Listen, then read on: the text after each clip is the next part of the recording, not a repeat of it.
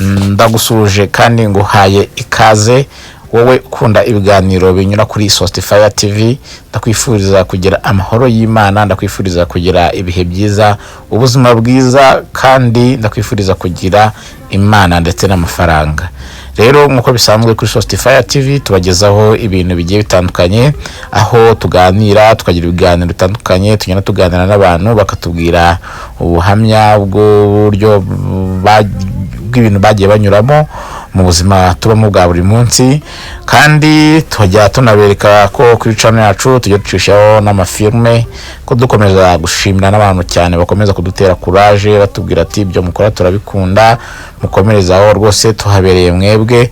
Rero ntabwo ari igitangazamakuru gusa tuzatubagezaho amakuru asanzwe gusa y'ubusesenguzi cyangwa se amafilme gusa, ahubwo tuzatwibana no mu buzima busanzwe bwa buri munsi. Niyo mpamvu kuri no munsi icyo ngiye kubereka ni uburyo ki niba uri umusore ushobora nawe kwitegurira ifunguro, cyangwa se niba uri umuseribateri ushobora kwitegurira ifunguro utiriwe ujya muri restaurant. Rero ubu ngubu rero ifunguro ndatangira nkwereka ibyo ndibuze kwifashisha. Rero ko nari mbikubwiye, izi karoti nizo ndi bwifashishe mu muceri. Izi ngizi ubona zirapye, urabona ko ari karoti zirapye neza. Urabona urutoryi n'ibintu bisanzwe cyane tubona ku mabotike kandi ku mafaranga makeya. Ntabwo ari ngombwa ngo ujye kujya mu ma supermarché cyangwa mu ma supermarket, oya, n'ahandi muri botike rwose. Izi botike zisanzwe zo kwa Murokore wayibona, intoryi zisanzwe, karoti, urabona ko ngiye gusa nazirapye mu buryo bubiri. Urabona ibitunguru, urabona izo ngizo nari ndimo kukwereka nka tungurusumu, urabona urusenda, urabona duseleri, izo ngizo ni pavro ndi bukoreshe, ndetse n'inyanya zikase neza cyane. Ziganya kuzikata nabanje ndazitogosa, maze kuzitogosa nzikura igishishwa, ubundi ndazikatagura bisanzwe ntabwo niriwe nzirapa. Urabona na magi, ngiye ngunda magi, urabona n'agakenzo nako ngaho hafi kabagara kugira ngo ibiryo bize kuza bisa umutuku kandi bifite bimeze neza. Ndetse ngiye kwa ko ngunda n'akarungo ka onja, barumva gafite taste nziza, nako ndibuze kukifashisha mu ifunguro ngiye kugutegurira. Ni ifunguro ryiza rero wategura uri mu rugo, litagusabye amafaranga menshi, litagusabye ibintu byinshi, ibintu kubibona biroroshye. Ni kugenda kuri botike rwose ukagura ibitunguru, biraboneka, tungurusumu ziraboneka, urusenda muri botike ruhari, seleri, pavro, inyanya, karoti, intoryi, kenzo, magi, onja, ibyo byose ni ibintu wabona. Rero niba uri umusore nta rwitwazo ngo amibe ibiki, ngo muri restaurant, ngo muri hotel se sinzi, nawe ushobora kwitegurira ifunguro kugira ngo umenye neza iri funguro nateguye rifite isuku. Iri funguro nateguye ni ifunguro rifite ubuziranenge, kuba waryiteguriye, uzi uburyo wabikoreye isuku, ubuzi ibyo ugiye guteka mu buryo wabikoreye isuku, aho ugiye gutekera hagomba kuba hasa neza kugira ngo bize kuza kuba bimeze neza cyane. Ayo rero ni amasafuriya ngiye kwifashisha negura rino funguro. Ikindi kandi nakubwira nuko ifunguro ngiye guteka umuceri urimo turadukaroti. N'umuceri uraza kuba umeze neza cyane, turadukaroti turapye, nicyo nadukoreye. Umuceri uraza kuba nyine ufite utuntu tw'utubara usa neza. Umuceri rero ndi burishe imboga zino noryi na zira karoti zindi zikase bisanzwe, nizo ndi buteke. Nkashyiramo na tuno tunungo twose, deni nkakora isosi, nkaza kuzishyiramo isambaza, then ngashyiramo n'ubunyobwa. Ikaba ari isosi nziza cyane, ushobora kurisha ibintu byinshi. Ushobora kuyirisha imvange zitogosheje z'ibirayi, ushobora gushyira ku muceri, ushobora kuzirisha n'ubugari. Muri make ni isosi ibimeze neza cyane y'ubunyobwa ndetse n'isambaza, harimo n'intoryi na karoti, ndetse tukaza kuba twanakoresheje ibyo birungo byose nk'uko urimo kubibona kuri screen yawe.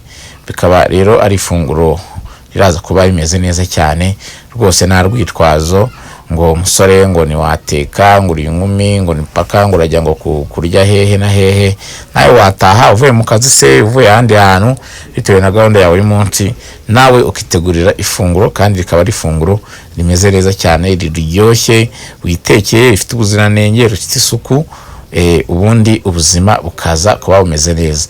Rero nkunda kuba ibirungo byanjye rwose mbanza gutegura buri kintu cyose yo ndi buteke. kigomba kuba kiri aho ngaho giteretse aho ngaho.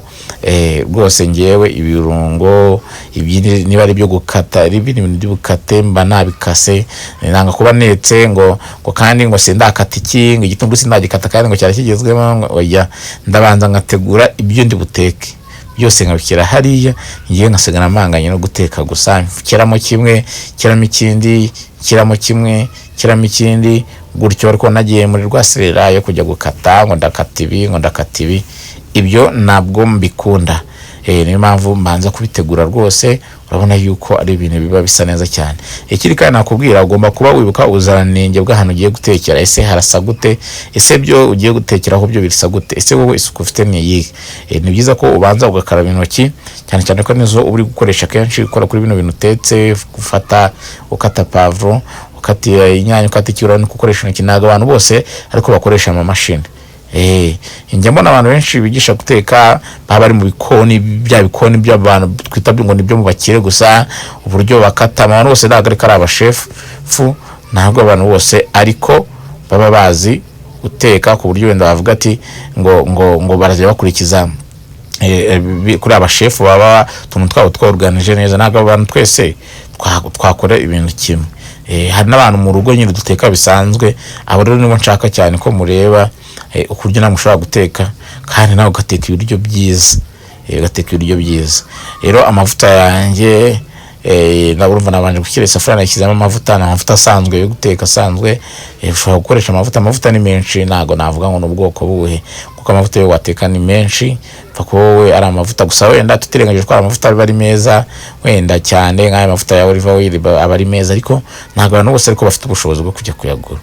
Hari andi mavuta yo tugura mu mabutike dutekesha kandi aba ari amavuta ameze neza cyane. Urabona rero amavuta yacu amaze gushya. Ahangaha nari maze gushyiramo za noryi na karoti. Ngiye mbishyiriramo rimwe intoryi na karoti. Ahangaha nabishyiriyemo rimwe kugira ngo bize gushyana mbere yuko nza kuza gushyiramo ibindi birungo bikurikira. Kandi biraza kuba ari ibiryo bimeze neza, imboga zimeze neza cyane. Aha rero nari ndimo gupfundura isafuriya ndi gutekamo umuceri. Urabona ko nashyizeho amazi, maze guteka amazi kugira ngo abanze abire, mba ndi butekemo umuceri kugira ngo n'umuceri wacu uze kuza gushya neza, udashiririye, kandi uze kuza gushya ari umuceri wahiye neza, byandi bita ngo wahiye wibara, ku buryo ushobora kubara kamwe, rimwe, kabiri, gatatu. Umuceri rwose ufite umwanya ukaba wakwicarira isafuriya ukawubara paka niba byagufata icyumweru, byagufata ukwezi sinzi. Ahangaha ndimo kugaragura rero urabona yuko intoryi zacu ndetse na karoti birimo kugenda bishya gahoro gahoro. Ahangaha urabona yuko byaba birimo kugenda bisa nk'ibishyamba ari kugaragura kugira ngo mpindure uruhande n'ahandi hashye. Mwibutse yuko hari abantu bakunda wenda kurya ibiryo bikocagurika, abantu bakunda nk'intoryi zidahiye neza cyangwa karoti zidahiye neza. Ubwo ubaye udakunda ibidahiye neza, ahangaha gutya bimeze ushobora kwita ushyiramo ibitunguru. Ariko ngiye ngo intoryi zihiye cyane kubera yuko nakubwiye ko isosi nshaka guteka ni isosi ushobora kuba warisha ubugari, isosi ushobora kuba warisha n'ibindi bintu. Amazi yanjye rero y'umuceri ahangaha yari amaze gushya. Ndimo kuyakura mu safuriya ndi guteka umuceri kugira ngo mbone uko mbanza gukaranga umuceri wanjye. Niyo mpamvu amazi nabanje kuyakuraho. Mbanza kuyakuramo kugira ngo safuriya isigare yonyine, noneho bize kunyorohera kubona uko nkaranga umuceri wanjye mu buryo bworoshye. Aha nari mbonye yuko bitari buze kuvamo, ninkomeza kuyadakuriya navuga aterekanya suke wanjye kinyarwanda.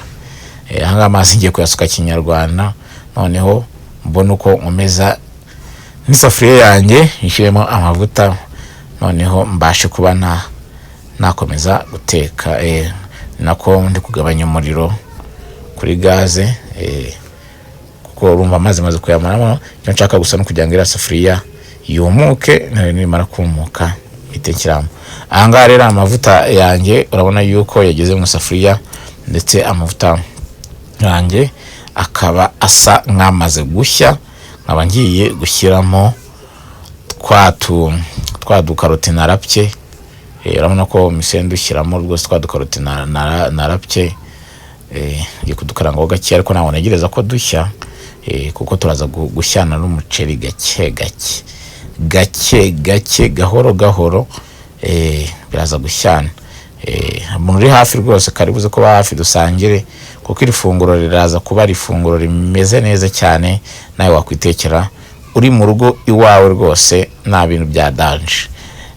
Takiramo n'udutunguru mutanuvanga muri ya twa dukaroti twa nyenarapye. Nkibitse ko ahangaha icyo ndiguze gutekamo ni umuceri n'udupavuro natwo nkashyiramo kugira ngo umuceri wanjye uze kuba usa neza kandi uze kuba uhumura unaryoshye cyane. Unaryoshye cyane. Ifunguro riraza kuba rimeze neza, uri hafi rwose nakubwira ngo ngwino dusangire.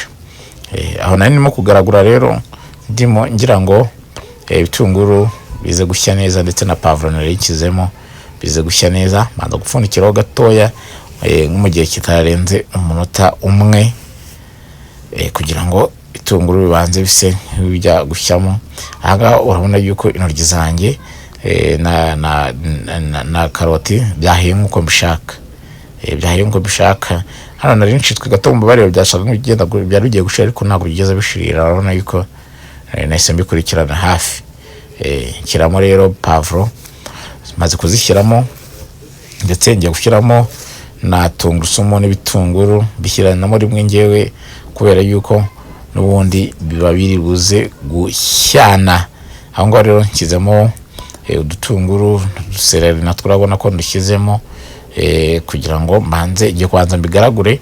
Noneho nimara kubigaragura bibanze bifateho akariro mu gakeya, ntabwo ari igihe kirambiranye n'udusegonda dukeya cyane ubundi. Ariko ukajya wibuka yuko hari hirya naho urabona ko hari ibindi ndetse byose mu igomba kubikurikiranira icyarimwe. Hangana ndimo kubivanga kugira ngo bize gushya neza cyane, kandi urabona yuko birimo gusa neza rwose. Urabona yuko bisa neza. Intoryi zanjye zahiye, karoti zanjye zahiye, ndetse ibitunguru nkizemo na pavuro nabyo mu kanya gatoya cyane ndaza kuza kuba kiramo n'utundi turungo kuko nabyo biraza kuba byahiye. Ahangaha rero ndi wa muceri wanjye byabituye twa dukaroti ndetse na pavuro n'ibitunguru namaze gushyiramo na wa muceri wanjye ndabanza kugaragura kugira ngo umuceri wanjye wivanga n'ibitunguru, wivanga na turadu pavuro ndetse wivange na twa dukaroti twanjye narapye. Niyo mpamvu nabanjije ahangaha kubivanga. Urabona ko ahangaha ndimo kubivanga neza cyane nk'abashefu. Yego.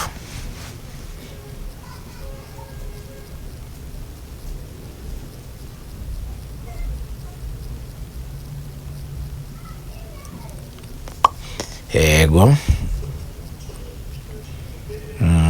Ahangaha rero imboga nazo urabona yuko imboga zanjye nazo ziri gusa neza cyane. Nazo ndakomeza kugenda vanga kugira ngo impande zose zishye, ndetse ariko nibuka no kujya ndeba no ku muriro kugira ngo ndebe umuriro urimo se ntabwo ari umuriro mwinshi gusa, kuko umuriro mwinshi buriya nawo hari igihe udatuma ibiryo bishya neza ahubwo bikaba nk'ibibabutse. Niyo mpamvu rero byiza ko uregera umuriro maze ukamenya ngo umuriro ndi gutekesha. Niyo mpamvu uba ugomba kwita rwose ku kintu cyitwa umuriro watetseho ungana gute. Rero ngeze mu gihe cyo gushyiramo za tungurusumu zanjye. Tungurusumu ngibutse yuko zifite ibintu byinshi cyane zivura, kandi tungurusumu zikaba ari zinongera umuhumuro w'ibiryo. Uzari ibiryo watetse mu tungurusumu hari ukuntu bumva duhumura neza. Hari ukuntu bumva duhumura neza. Kandi ngibutse yuko uri kureba iyi video aka kanya uri kuyireba ushobora no kwitwana kuri subscribe niba utarayikora. Ushobora kwita rwose uhakanda like ndetse ukaba wanasharinga abantu kugira ngo abantu nabo rega babone uburyo ki bashobora kwitekera mu rugo ibiryo biryoshye nk'ibi ngibi. Amazi rero ndi gushyira mu muceri kugira ngo ubone umuceri wanjye noneho mpita gupfundikira uze gushya neza. Mwibutse yuko iyo utetse ikiro cy'umuceri, ubundi ikiro cy'umuceri gikoresheje ibikombe kwa nako bapimisha ibikombe bibiri, hari igikombe cy'inusu ubwo yishyizemo ibikombe bibiri biba bibaye ikiro. Ubwo rero iyo ugiye guteka bya bikombe bibiri ikiro cy'umuceri muri gitekesha ukiramo ibikombe 8 by'amazi. Muri make ukuba kabiri subwo ibikombe 2 by'inusu nusu ubwo ukiramo rimwe nusu ugashyiramo n'inzusu ubwo bibaye ikiro. Noneho ugiye gushyiramo igikombe kimwe nusu y'umuceri ubundi witekesha ibikombe 4 by'amazi. Noneho ikiro ngiye bitekesha ibikombe 8.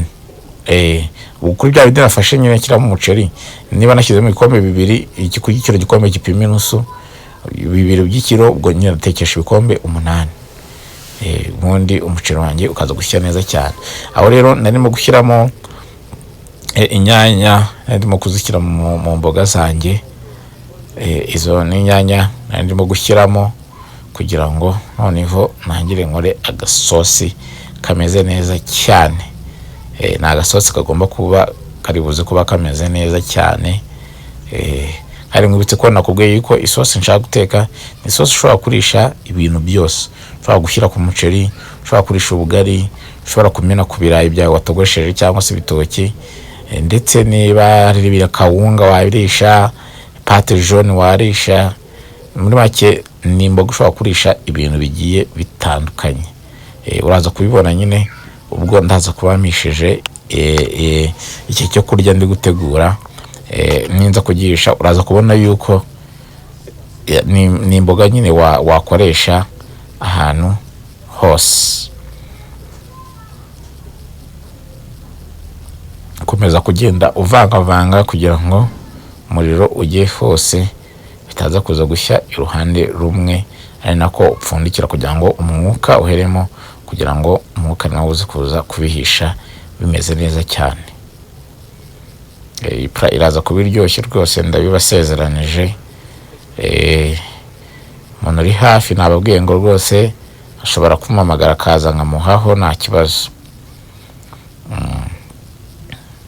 Ashobora kuza rwose nkamuhaho nta kintu bitwaye, yaza nkamuhaho. Ahangana ngiye kureba akarungo ngiye gushyiramo ka black pepper. Nago nshyiramo kenshi, ni gakeya, nago nkunda black pepper nyinshi, ni gakeya nashyizemo, ni gakeya cyane. Nako rero inyanya zacu nazo ziri kugenda zishya neza cyane. Nako n'umuceri wacu ngenda ndeba ko bimeze, ese utangiye kubira cyangwa se gutogota bitewe no kubyita. Urabona yuko rwose ndimo ngenda mwereka kantu ku kandi kugira ngo utazavuga ngo hari icyo utasobanukiwe. Nawe rero ugomba gukurikira akantu ku kandi kugira ngo ubashe gusobanukirwa buri kimwe cyari cyo cyose. Nkaba rero maze gushyiramo kenzo maze kuyishyiramo kugira ngo nze gukora isosi ifashe kandi isosi imeze neza cyane. Mpamvu ubona nshyizemo kenzo, ngiye no gushyiramo ka onja. Aka karungo kitwa onja ahantu hose wakabona muri boutique hose rwose wakabona. Ntabwo ari uturungo tuba duhenze, nako nkashyizemo kamwe ubundi ngaragure neza kugira ngo bijye ahantu hose. Ka onja gafate ahantu hose, ndetse na ka kenzo nashyizemo gafate ahantu hose, bize kugenda neza cyane. Ka black pepper nakubwiraga rero urabona ko nshyizemo gakeya, ntabwo ari byinshi, ni gakeya ko kugira ngo gusa ibiryo bize kuba bifite agateste kameze neza. Ariko bitavuze yuko ubaye utanafite ka black pepper wakoresha n'ibindi bisanzwe, nta kibazo rwose. Hari umuntu ushobora kuvuga ati ntabwo byiza. Urabona yuko rero ibyo byacu biri kugenda bishya. Urabona yuko nazasambaza nari nazishyizemo kandi nazo urabona yuko zirimo gushya. Shyizemo rero utuzi kugira ngo agasosi kaje kuba kameze neza cyane. Urabona isambaza, side sambaza urazibona ko zamaze kugeramo nazo. Urabona isosi nubwo itarashya, urabona ikiteye apeti. Urabona ko kabisa ni isosi iteye apeti rwose. Wow, urabona kabisa ko ari isosi imeze neza cyane. Kagasosi kameze cyakubwira ukuntu kari guhumura. Reba neza, shyiraho kamera neza barebe. Uri kubona? Urabona rero n'ubunyobwa bushyizemo birimo bigaragara ko turimo kugenda tugana ku musozo w'isosi yacu, ubundi tukaba turibuze gukomeza duteka n'ibindi, kuko nakubwiye yuko ndi buteke imboga, nkateka umuceri, nkateka n'agafiriti. Ari cyo kintu bagiye kubwira ku ruhande, ndibuze kuza gukarangaho inyama, ariko itunyama tw'umwijima n'utunyama tworoha cyane, hari ukuntu ndibuze kuduteka bufiriti gusa, kuko sindi biga nduteka musozi, kuko isosi ndayifite n'uburyo bwo kugira ngo gusa niba ukunda n'akaboga kuri n'izisambaza ubwazo ni akaboga, ariko hari abantu bakunda akaboga nyine nyakaboga. Abo ngabo rero ntajye mbarimo rwose, singiye kukubeshya, inyama ni ibintu byanjye cyane. Abantu babona rero umeze neza batise ubundi uri muntu koko biba bimeze biti. Reba n'ahangaha biva ibiryo umuntu aba yabyitekeye, ntabwo aba yavuze ngo arajya mu maresitora cyangwa kibura byitekera ibiryo, kabiha umwanya, kabyize ko ari ibiryo bimeze neza cyane, ubundi nawe byamara gushya ukagira gute ukabivunira umuheto kabisa. Uzi kurya ibiryo wihahiye wanitekeye, yewe data we, biba bimeze neza cyane. Ariko ushobora no kuba uba no mu rugo, rega ari gutekera mu rugo ukanabategurira ifunguro nk'iri ngiri, undi bakavuga ati se wigiye he guteka, wabyigiye hehe? Cyane cyane rero abasore, usanga akenshi abasore ngo ntabwo bazi guteka, ngo ni iby'abakobwa. No, reba isosi de sauce. Ubuse ibi ngibi sinjye ndi kubyitekera, ntabwo guteka ari iby'abakobwa gusa. Oya, si iby'abakobwa gusa rwose, nawe wagira gute wabyitekera uri n'umusore rwose. Urabona neza rero yuko isosi yanjye imeze neza cyane. Isosi yanjye rwose urabona yuko manayihaye umwanya. Umuceri wanjye nawo urimo gusatira gushya, kuko urabona yuko amazi ari kugenda ashiramo gake gakeya mu kanya rwose. Aziko imeze neza isosi yanjye rwose, imeze neza cyane, irahumura neza. None kwa twatungu twose nashyizemo, ndetse na twadutungurusumu na za magi na bya bitunguru na za pavuro, iri guhumura rwose, iri kubira. Akenshi abantu bateka ubunyobwa, ugomba guteka ubunyobwa mpaka rwa rufuro rubonye ko rushizeho, rwa rufuro ruba ruri kuzaho rusa urujya gusa nk'umweru ukuntu, urayireka ikabira, rwa rufuro rugashiraho. Burya nibwo ubunyobwa babuhiye, nabwo imboga ziba ziye zimeze neza. Hano kubona akiriho rwa rufuro ukatuvuga ngo byabize wantu, ngo byabizeho ya, ugomba kubireka rwa rufuro rugashiraho, nubwo ibiryo biba bihiye neza cyane. Cyane yuko mubizi ko ibiryo birimo ubunyobwa bisaba kwitonda cyane, kubera yuko biramutse ubunyobwa ubutetse n'ubuhishe bugukora icyo bita kukuvunira umuheto. Ubunyobwa bukumira nabi cyane, ushobora kurara aho utari usanzwe urara, cyangwa se kwirirwa aho utari usanzwe wirirwa, kubera iki? Kubera ubunyobwa. Urabona rero ko rwa rufuro ruri kugenda rushiraho gake gakeya. Urabona yuko urufuro rurimo kugenda rushiraho rwa rundi rw'umweru nakubwiraga, ugomba kureka rugashiraho kabisa, ku buryo ubona yuko urufuro rwashizeho, biba bisobanuye yuko ibyo utetse bimeze neza. Umuceri wanjye rero wahiye ubu ngubu. Nkaba izi za nyama nakubwiraga nizo nkurikijeho, ni inyama z'umwijima. Nabanje ndazironga, maze kuzironga ndazikatamo dutoya, ubundi nshyira mu mazi meza, ndetse kumbabura kugira ngo zibanze zibireho. Nizimara kubira nka kabiri, nizibera kure, kuko ziba zoroshye, ntabwo zisaba ko ngo bireka ngo bibire cyane. Nizibera kabiri ndahita nzikuraho, ubundi nzikaranga amavuta gusa n'igitunguru, ubundi zibe zirangije urwazo, zazimeze neza cyane. Aho ngaho nari ndi gushyiramo n'akunyu kugira ngo bibirane, kunyu kinjiremo imbere. Nshyizemo akunyu gakeya kubera yuko ndi bushyiremo akamagi. Uyu rero ngiye gukurikizaho agafiriti. Urabona yuko ifiriti aho zigeze mu mavuta. Use ibyo ngibyo ntabwo nakwirirwa mbikwigisha uko bateka ifiriti. Ntabwo nakwirirwa mbikwigisha rwose uko bateka ifiriti, se n'ukuntu uyikunda. Najya kukwigisha kuyiteka ifiriti. Ntekereza yuko biri mu bintu abantu biga guteka bwa mbere, cyo kimwe n'amazi. Guteka amazi no guteka agafiriti bitewe n'uko abantu benshi bakunda agafiriti. Buriya nta bushakashatsi bwakozwe, ariko ntekereza ko mu bantu hari abantu 10 abarimo 8 bakunda agafiriti kabisa. agafiriti ni akantu gakundwa cyane kabisa. Tagusubije kandi nawe uheruka kurya agafiriti kuri Noheli. Urabona yuko rero ngiye ko karya ushatse wansura tugasangira, uretse yuko amavuta yarahendutse ndetse n'ibirayi ntabyananira. Urabona ko za nyama zanjye rero zabize nko kubibona, ni nyama zoroshye, inyama zoroshye mu buryo umwijima uri mu nyama zoroha cyane n'iri gukatura byumva yuko ushobora kuyikata udakoresheje icyuma. Ni nyama ziba zoroshye cyane, gusa ranza nkazitogosa nyine kugira ngo ububisi bushiremo, then mpite mbona kuzikaranga zibe ziza zimeze neza cyane kabisa. Ifiriti yanjye nayo rero iracyari ku muriro.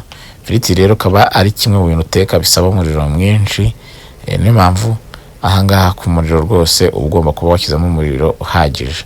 Urabona neza rero ko za nyama zanjye zahiye, nazikuyemo nzishyira ku ruhande. Kagasafuriya ubwo nazitogoshejemo niko nkaranzemo ibitunguru na dupavuro, aho niho ngiye kuzikarangira. Kagasafuriya nyina amazi nayakuyemo nazo nzikuramo, baza gushyiramo amavuta, baje gukaranga ibitunguru na pavuro. Ubu icyo ngiye gukora ni ukubikaranga bigashya, ubundi nazo nkazishyiramo nkazikaranga neza kabisa, zikaza zitetse ubufiriti, icyo bita kurya inyama bufiriti. Icyo bita kurya inyama bufiriti ni ifunguro riraza kuba rimeze neza cyane. Ni ifunguro mwibutsa yuko niteguriye hano mu rugo, aho ndaza kuba ndimo kurikurikirana neza mu kanya, cyangwa se icyo bita kuri sokoza. Ifunguro rwose ahangaha ndaza kuba ndimereye nabi cyane. Ahangaha nangiye guhindura ifiriti kugira ngo ifiriti rero ari abantu batazi kwiteka, nubwo navuze ngo abenshi barabizi, ariko ibundi ifiriti urayiteka iyo ushyizemo ifoke kuriya hasi ukumva isa nk'itangiye gufata, uhita umenya ko yahiye, noneho ugahindura uruhande. Ibyo bikurinda kuba wahita uvuga ngo nshyizemo irusha ifiriti ngo ugiye kuzindura wenda hasi zitaracyo ugasanga zitangira kumanyagurika. Iyo ushyizemo agafoke kuriya mo gake woroheje, urabyumva ko ziri gufata hasi, zisa nk'izikomeyemo nyine zirimo gufatira hasi. Icyo gihe tumenya yuko rwose ifiriti zawe zahiye, ukazihindura kandi no kuyisura uri kuzibona, ubona ko uruhu rwazo rw'inyuma ruba rwahindutse. Uhita rero ubibona yuko ifiriti rwose zigeze mu gihe cyo kuba zahindurwa. Urabona rero ahangaha za nyama zanjye, ibitunguru na pavuro byanjye bisa nk'ibimaze gushya, ariko ntabwo nabishiririje bya bindi abantu bashiriza bakabyita ngo ni ugufata irangi. Hoya, ahubwo ntukajya ubona ikintu cyashirira ngo uvuge ngo cyafashe irangi, ahubwo wagishiririje. Sibyo rero ngewe ndi gukora ahangaha, ahubwo urabona yuko hariya bisa nk'ibyenda gushya, ntabwo bihiye cyane ariko byenda gushya, kuko ndibuze gushyiramo na za nyama mu gihe ndaba ndi kuzikaranga biraza gushyana neza, kuko zo nabanje kuzitogosa deja zoroshye cyane, n'ubusanzwe zari zoroshye. Rero mu gihe ndi kuzikaranga ibitunguru biba bikirimo nabyo biri kugenda bishya bize gutuma nza kubirya bidashiririye. Ifiriti zanjye rero urabona yuko zirahiye, urabona ko rwose ifiriti zanjye zirahiye. Ngiye kuzarura. Noneho ikindi kintu ari abantu barura ifiriti ukazarura zijejeta. Rero bizi ko amavuta menshi si meza, kandi ibintu byose twatetse urabona ko byose biri mu mavuta. Ari umuceri urimo amavuta, ari imboga twatetse zirimo amavuta, ari ziriya nyama zirimo amavuta. Niyo mpamvu rero mu kwarura ifiriti urabona yuko ngomba kubanza nkamaramo ya mavuta yose. Hano utundi dukoresho twabugenewe two mu gikoni, ushyiramo amavuta akajya tumeze nk'udupaniye tuba dufite utwenge kurya amavuta acamo. Ariko ntabwo ari buri bantu bose baba badufite, nabyo mujye mubyibuka, ntabwo ubushobozi twese buba bungana. Hari ababa bafite ubushobozi bwo kuba batugura rwose byiza, wagenda ukakagura, ariko utanafite ubushobozi irusha irahagije wana.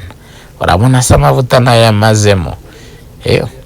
Haranashyizemo akandi gafiriti rero, kuko ndabizi ko mu kanya nawe uri kunkurikira uraza kunsura. Kariya kambere ni agakire kanjye, nawe rero dore ngushyiriyemo agakire kawe. Mabona kizo akandi gafiriti kugira ngo nawe mushyitsi uri buze kunsura tuze gusangira, kandi twese tuze kuba tumerewe neza cyane. Nawe uvuga ngo yari ariko ntabwo yahaze, burya n'urya uzanahaga. Kibi no guhaga cyane ukarengwa, ariko burya iyo wariye uba ugomba no kugira gute no guhaga. Urabona ko rero za nyanya zacu zahiye na bya bitunguru nshyizemo za nyama ngiye kubikaranga noneho gake gake gahoro gahoro. Gusa mwibutse ko uyu mukino ntabwo wawukina udafite amafaranga papa. Uyu mukino rwose usaba kuba ufite ibiceri bibe bike ariko ubu bifite. Gusa ntabwo ndi nk'abandi ngo bisaba ibiceri byinshi, oya. Ibiceri byo rwose ni ngombwa kuko none se ahantu uzi ari busheri batangira inyama ubuntu, hari ahantu uzi ari botike batangira ibirayi ubuntu cyangwa amavuta, naho nta na hamwe.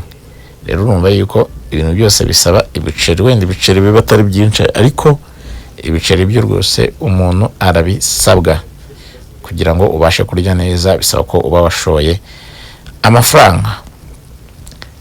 Gusa ntabwo biba bihenze cyane nka bya bindi bajya kugura mu ma supermarket cyangwa se mu ma supermarché, kuko ibintu twakoresheje muri boutique rwose biraboneka pe, nta na kimwe wajya kureba uvuga ngo wakibura. Byose bigira gute, biraboneka. Urabona ko rero za nyama zamaze rwose kuba zikarangika. Urabona ko rwose ko ari inyama, tunyama tumeze neza cyane. Mwibutse ko izi nyama nakubwiye ko ari inyama z'umwijima, ni inyama z'inka ariko umwijima. Uramutse rero ushaka gutegurira ifunguro wagenda kuri boutique ukavuga ati nkeneye inyama z'umwijima. Ahangaha rero ntari mfunikiye ngo dufate icyo bita umuriro. Urabona ko ari nako ya firiti yacu ya kabiri nayo imaze gushya. Nguwo rero umwisho ngicyo icyo twari dutegereje. Dore icyo ngicyo ndi kukwereka aka kanya nicyo tumazeho iminota isaga 33 turimo gutegura. Sida food, sida biryo. Dore ngizo za nyama, dore ngibyo byose nawe uri kubireba. So wowe udukurikiye urabona iri funguro mwarirya muri bangahe? Aranyura abavuze umubare ariko urabona ko ari ifunguro ryiza. Ikindi rero mwibutse nuko iyo umaze guteka ugomba gukora isuku aho wakoreye. Urabona aho twaturi gukorera ubu ngubu ukuntu hameze hatandukanye nuko hari hameze cyagiye tukirimo kugira gute kuhakorera. Nawe rero numara guteka uzibuke gutunganya aho wagira gute aho wakoreye. Urabona gaze ko nahise nyuma korera isuku rwose hamwe naterekaga bya bintu. Urabona yuko hasa neza. Nawe niyo mpamvu uba ugomba kugira gute gutunganya igikoni cyawe aho watekeye hakaba hasa neza. Apana guteka ukahita wirukanka ukagira ngo aho watekeye ntabwo uzongera gukenera kuhatekera. Urabona ko rero hasa neza kandi nawe ugomba kuzajya ubikora gutya kugira ngo isuku aba ariyo iza mbere. Reka rero mushimire we twabanye, amahoro y'Imana bane nawe, ndabakunda.